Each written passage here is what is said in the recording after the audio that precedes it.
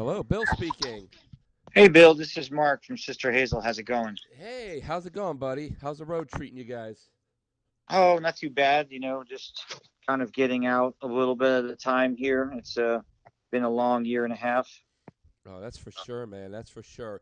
Well, listen, hey everyone, welcome to rockbandreviews.com. And as you just heard, today we're talking with Sister Hazel drummer Mark Trojanowski. And Sister Hazel will be playing this Saturday night, July 10th, at the Fontainebleau Hotel on Miami Beach. And Mark has taken some time out of his touring schedule to talk with us today. So, man, I tell you what, it's great to have you on the line, and that we're starting to get some live music back out there. And it was really great to see you guys back in April when Sister Hazel performed here in Delray Beach at the Old School Square Pavilion to a sold-out crowd. It was just amazing, man. You guys sounded great.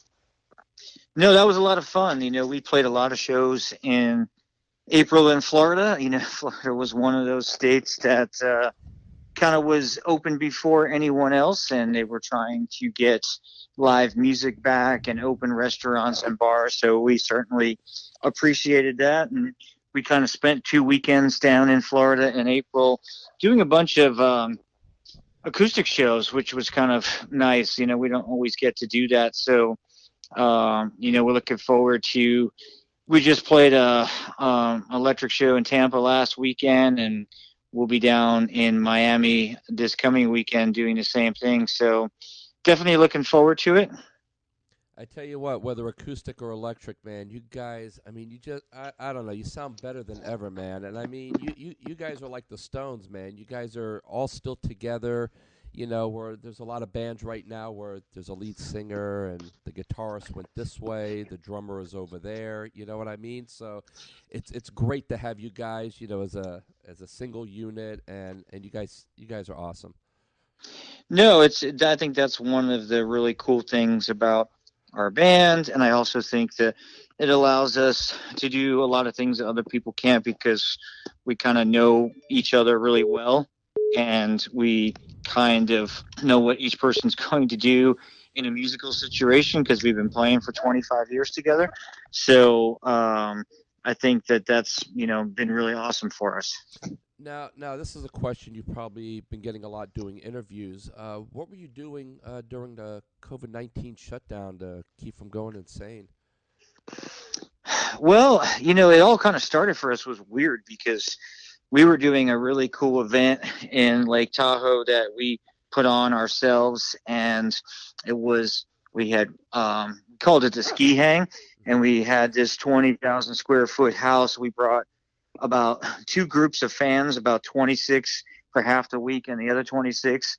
And we did that, and Jet and I were doing all of the fine dining cooking. We brought a winery in to do wine pairings, and obviously there was skiing and snowmobiling and music. And so we had just finished that, and then like everything all the ski resorts had got shut down. So we like had to figure out how to get home. And so that's kind of how it all started for us because we were like, thought we were going to get stranded in California. And, we got back home and we did a bunch of live streams throughout the year, which was kind of cool. And then we did the first kind of remote song for the band. We did When Love Takes Hold, where each of us recorded our part in our home city. And then we had a producer kind of put all of that together. So that's kind of, and then we tried to do some drive-in shows in the middle of it because we really wanted to get back out and play for our fans. But it's that's kind of how the year went for us. I kind of think in many ways that the pandemic was sort of a blessing in disguise for touring musicians that find themselves on the road for like 3/4 of the year and away from their families. So I think in a way it kind of forced them off the road to kind of get their shit together, be with their families, and things like that. So I think it was kind of a blessing. Yeah, it was, a lot of us travel a long, long time, so we do get to spend a lot more time with our kids and our families. So that was, one of the cool factors, as you mentioned. Now, as a drummer, what drew you to the instrument, to the drums? I had two uncles that played, and so, I had seen a bunch of it up in New York where I grew up, and so, my dad was kind of trying to push me into more of a trumpet or something like that, and One Christmas I was down in one of my uncle's basement and just playing without really having any lessons. And they kind of told my parents, well, you should go get him some lessons after the first of the year because he seems to like take to it. And that was, pretty much, what was that? It was probably like 1980, like the Christmas of 1980. So long time ago. So I guess they recognized you had some kind of talent for it, some natural talent for it.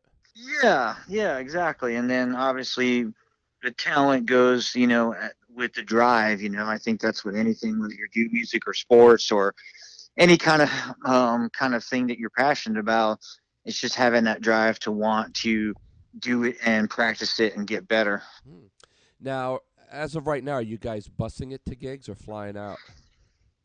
A little bit of both. It's usually all of us live in different cities. Ken and Drew still live in Gainesville, but everyone else is spread out. So usually the tour will bus leaves out of Nashville, go to the first show. All of us will fly there, get on the bus for 3 or 4 days, and then we'll fly home, depending on like last weekend I took the bus home from Tampa since it's only a 6 hour ride, but Yeah.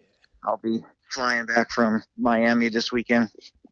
So if let's say you're flying out to a gig, usually because it's not like a guitar, you could just throw it on a plane. So you usually use drums that are provided by the venue or studio rental No, company, or the bus goes out with our crew and our gear every weekend, nice. unless we got to go on a fly day, like we're playing a show with the Goo Goo Dolls in California in August.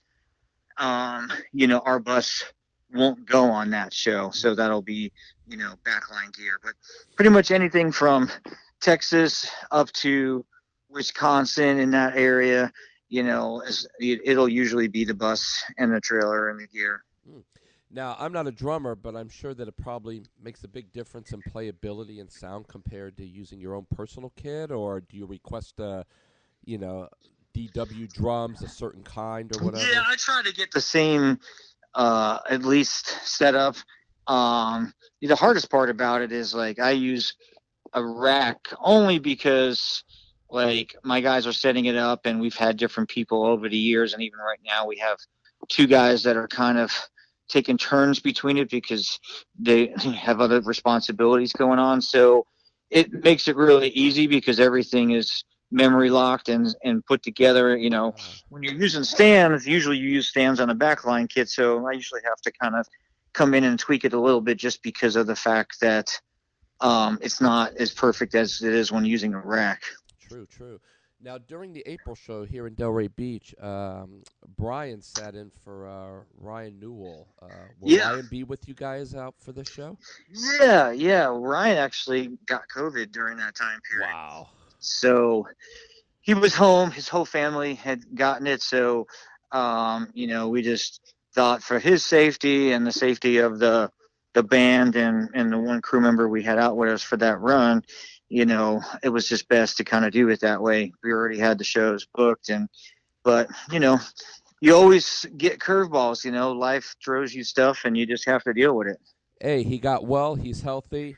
We're going to see Yep. him this weekend, so we're really stoked and psyched. The Fontainebleau Hotel, I don't know if you guys have ever played there, but it's a nice Well, indoor the venue. biggest thing that I remember from there is the Whitney Houston Bodyguard movie. That was kind of shot that one scene on the outside there. So, That was uh, done there, and oh God, what was that freaking movie?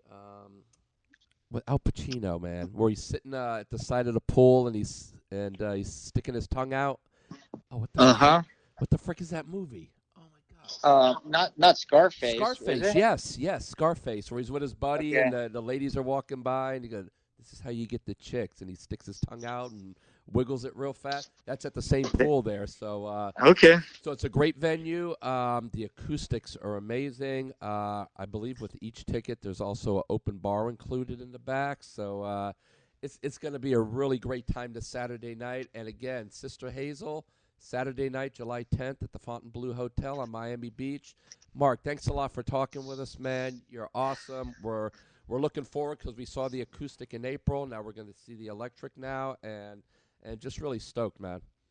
All right, I appreciate it. Thanks for having me, and looking forward to show on Saturday evening. Cool, cool. If we brought a guitar or a drum head or something, would the band sign it to benefit Sure. disabled American vets? Yep, not a problem. All right, I'll set it up with Marianne, and we'll see you guys Saturday. All right, take care. Have a good one. All right, later, bro. Thank you. Cheers. All right, bye-bye. Bye.